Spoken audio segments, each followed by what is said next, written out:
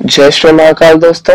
इस समय दशहरा के टाइम आपने आतिशबाजी का तो बहुत आनंद लिया होगा, रावण के जलने का मजा लिया होगा। पर आपको पता है कि रावण की जो जलने के बाद जो राख बच जाती है, जो अस्थियां इनकी लकड़ी के जो टुकड़े बच जाते हैं, काफी सारी तांत्रिक विधान को पूरा करने के लिए इस सामग्री का इस्तेमाल होता है। रावण को हम जो भी समझे जाने, पर अगर शिव पुराण को आपने ध्यान से सुना होगा, पढ़ा होगा, तो आपको पता होगा कि महादेव के सबसे महान शिष्य होने का उनको वरदान था।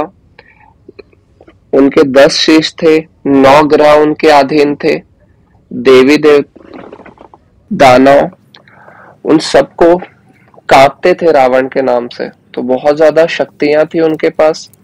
तो अगर उनकी इस भभूत को, इस अस्थियों का इस्तेमाल किया जाए तो बहुत ही पावरफुल क्रियाएं होती है।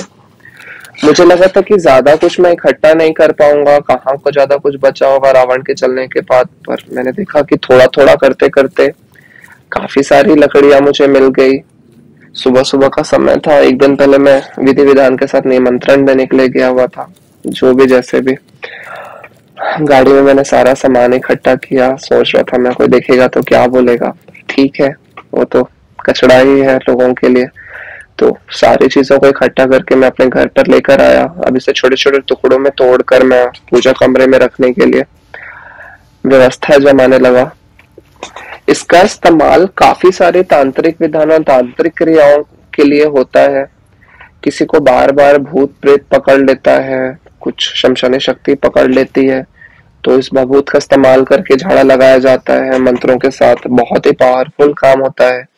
किसी के घर में बरकत नहीं होती, पैसा नहीं रुकता, तो उसके लिए इस लकड़ियों का इस्तेमाल होता है बहुत ही अच्छी तरह से।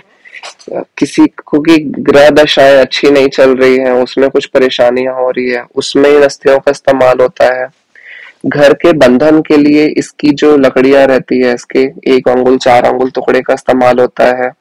किसी को बुरे सपने आते हैं तो उसका इस्तेमाल होता है। ताबीज बनाने के लिए इस भभूत का इस्तेमाल होता है। कुछ लोग गड़ा हुआ धन ढूंढने के लिए